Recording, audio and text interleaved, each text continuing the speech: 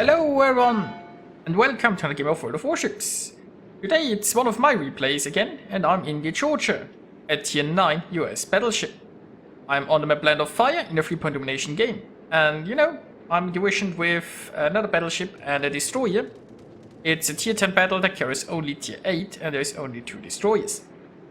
So will take a little bit until this gets interesting, but I've started from the very beginning because I wanted to talk about initial deployment. So basically our destroyer is going B, and we are obviously communicating here.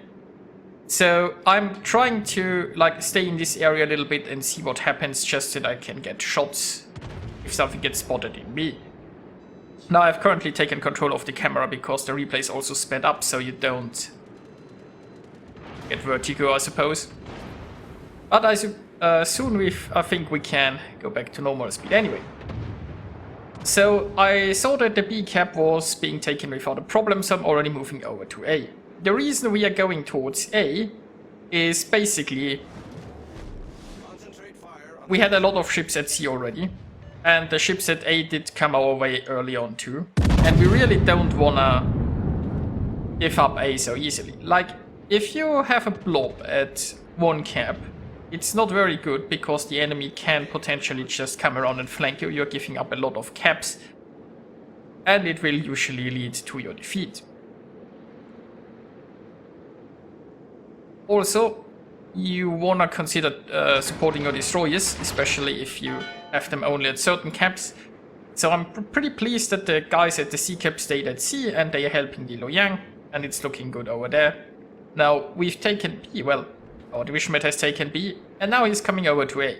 And with us going to A, the ships decided to stay on this flank, and not also just landing towards C, which is very crucial, because now our team has a pretty good deployment.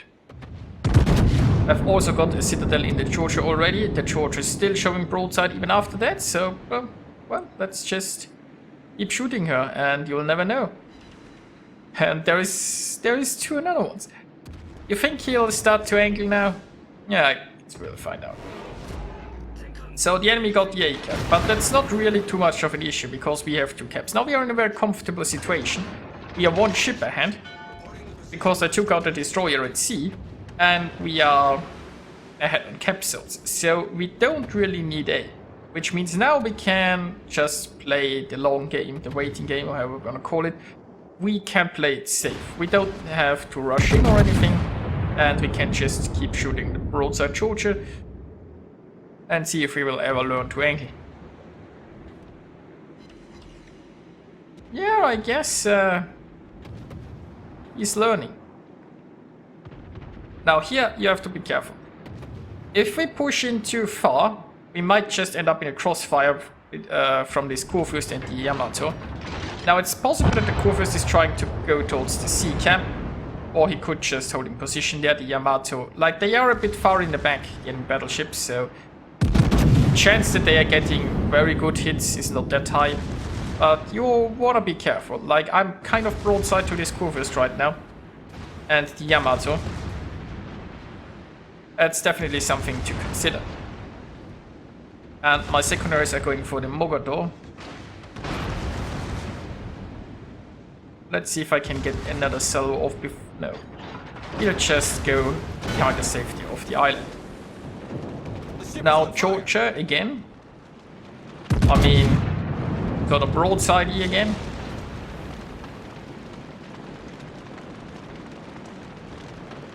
Will we get another decent hit? Unfortunately not. But I mean, we already got 3 stats into her. So there is that.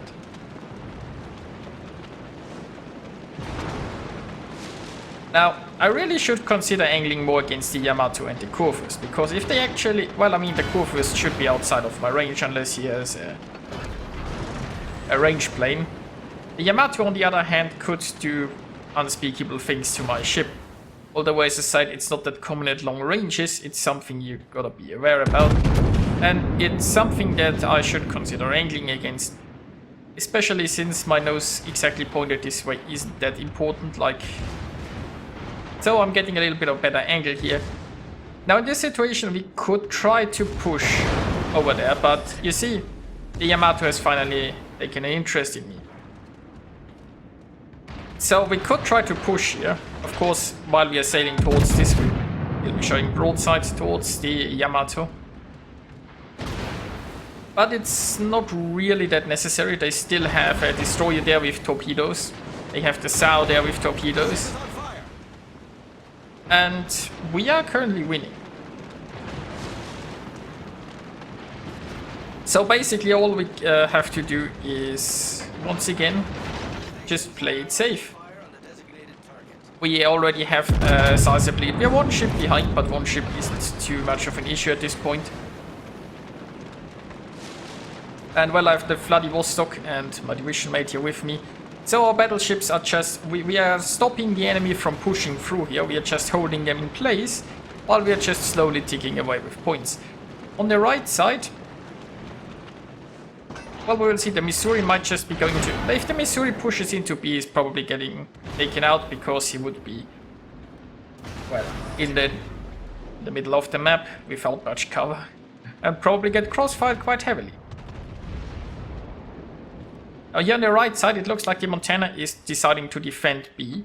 But that means if the Ibuki and the Kurfürst alone are pushing a Smolensk and a Worcester, that could also go rather wrong. Look at that, the Yamato is kind of broadside. Now here, meanwhile, I'm just reversing, because once again, let's try to not be crossfired, you know.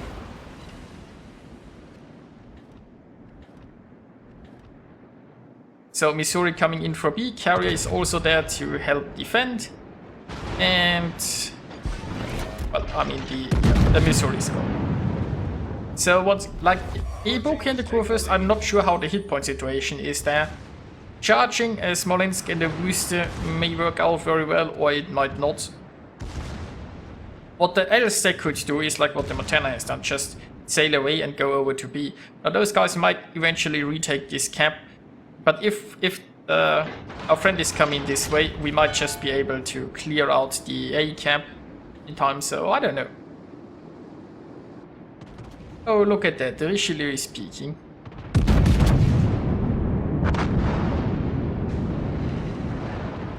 Well, there is another lovely citadel, but it looks like he's going to reverse back behind the island in time.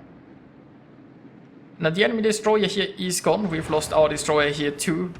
Bit unfortunate, but you know, still looking good, like equal on ships, and we are like 400 points ahead already.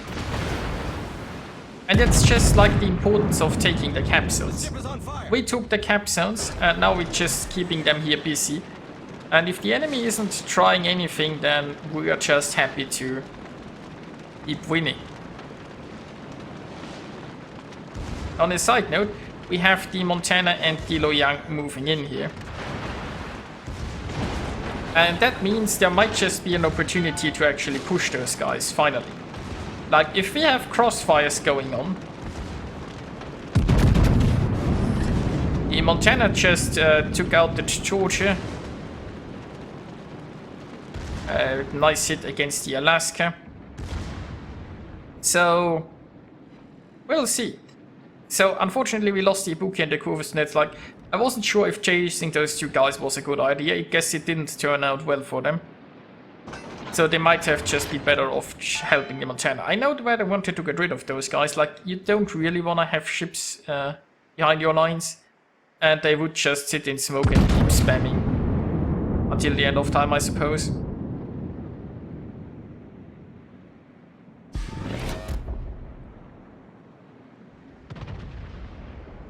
And look at that now, the Sao is, I guess, getting impatient and is pushing in.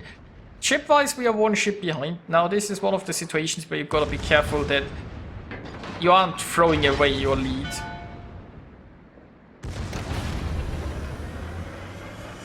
Engine boost activated. And I assume the Sao is torping, so I'm going forward. I'm even speed boosting, because I suppose that might be something he doesn't expect. Enemy cruiser found. Or, let's just say if I manage to get behind this island, then I'm safe from torpedoes anyway.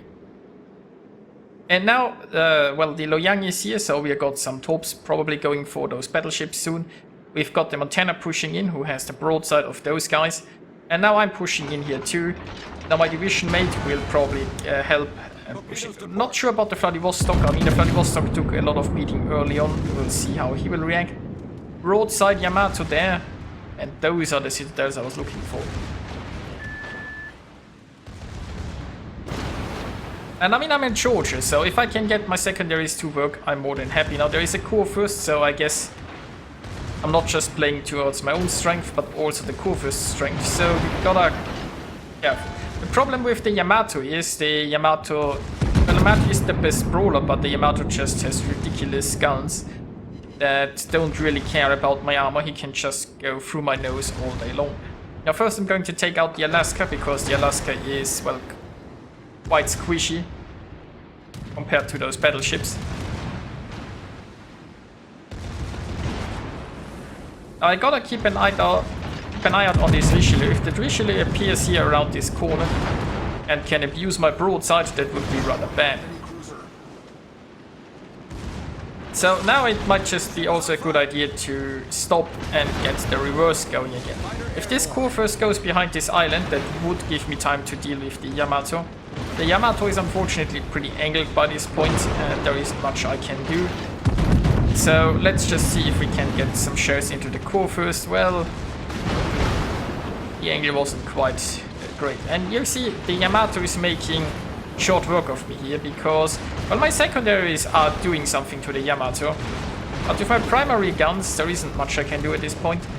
I should probably try to go for high explosive, or I can try to take out his guns, which I don't manage. But, you know, if I could disable his guns for a bit, that would give me enough breathing room to deal with the Yamato, probably. Now I'm going to reverse here, because I definitely don't want to get rammed. And I'll have to trust in my allies and secondaries to help me deal with this dangerous foe. Also, by this point, his superstructure is pretty depleted, so not... Can do that. And that would be the Yamato. Unfortunately, I'm out of health and I've taken quite a beating. But you see, points-wise, this is looking pretty solid. So now I'm trying to decide the last... I might have time for one more salvo before it's all over. I'm not sure if the Richelieu is coming around, so I decided to go for the Kurfürst. And, well, if I had a little bit more time, maybe I could have done something with Maria turret there. But, you know, pretty happy with how this worked out so far. So, where do we go from here? This Richelieu is going down. Our battleships are on somewhat low health, but you see, we are at 978 points. Now, we are losing the B cap. We've lost the C cap a while ago. We are taking A, and they shouldn't be able to stop that, because our Luoyang... Well, I mean, there's a carrier, but I suppose our Luoyang can just do that from concealment after those planes are gone. So, yeah, we have a pretty healthy Salem, and we still have our carrier. And we should really speed this up at this point. So, the enemy team doesn't have much hope left, because there's only like 4 minutes 20 remaining. And they are going to sink our battleship, which gives them a little bit more breathing room. But you see, ultimately, even if they'd manage to cap A, even if all of our team runs away from A now, they wouldn't overtake us in time. Because we just held the caps for too long. And the enemy team just let us run away with points. And ultimately, that leads to victory. Not to mention that ship-wise we aren't doing that bad either, I suppose. And that brings us to the results. Now, this wasn't the most spectacular game you've ever seen, but I think it was pretty solid, and I think it was more about all the decision-making involved. Basically, just take a good position early on by having more caps, and then just play to that strength. Don't get carried away too much. We kept the enemy team in place for a long time. We pushed in once we had reinforcements and the upper hand in the position. And while ship-wise it wasn't that decisive, the points just ensured our victory.